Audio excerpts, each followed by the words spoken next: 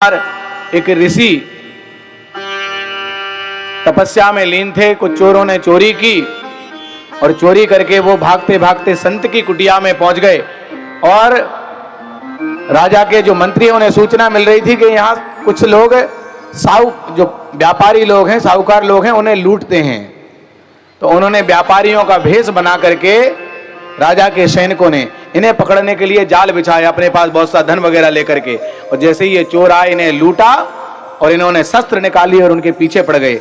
ये भागते भागते, इन्होंने धन तो ले लिया था और ये भागते भागते इन्होंने कहा आज बचने वाले नहीं हैं, इसलिए उन संत के पास पहुंचे। और वास्तविकता में ये अच्छे लोगों के रूप में थे और जो राजा के दूत हैं, अगर वो सैनिकों के रूप में होते, वो वैसी पोशाक पहने होते तो ऋषि मान लेते।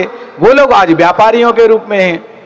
तो उन्होंने कहा कि ये वो जो आ रहे हैं ना, वो चोर हैं और हम साहूकार हैं और हमारे धन को लूटने के पीछे वो हमारे पीछे पड़े हैं, इसलिए महाराज जी आप हमें बचा लो। जल्दबाजी में उन्होंने उस बात पे ज्यादा विचार नहीं किया। बहुत ज्ञानी पांडव ऋषि, बहुत तपस्वी, हर प्रकार से तप बल से संपन्न, इतने संपन्न के डायरेक्ट यमराज के पास बाद में पहुंचे वो, और उन्होंने यमराज को श्राप दिया। तब इनका जन्म हुआ है, धर्मराज का। दो रूपों में जन्म हुआ, एक विदुर जी के रूप में और एक धर्मराज युधिष्ठिर के रूप में।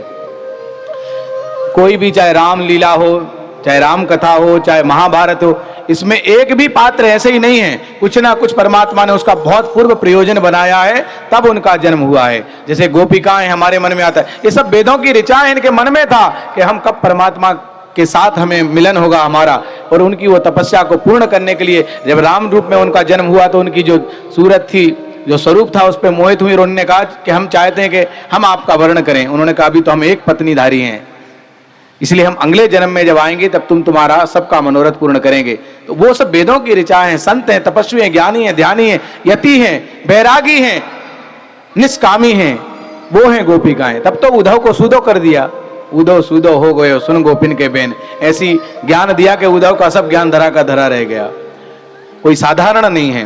तो उन्होंने रख दिया। जैसे ही ये लोग पहुंचे और उन्होंने देखा तो उन्होंने कहा इस तरह का, और जाके चेक करो, तो चेक किया तो वो सारा धन था उनके कुटिया में।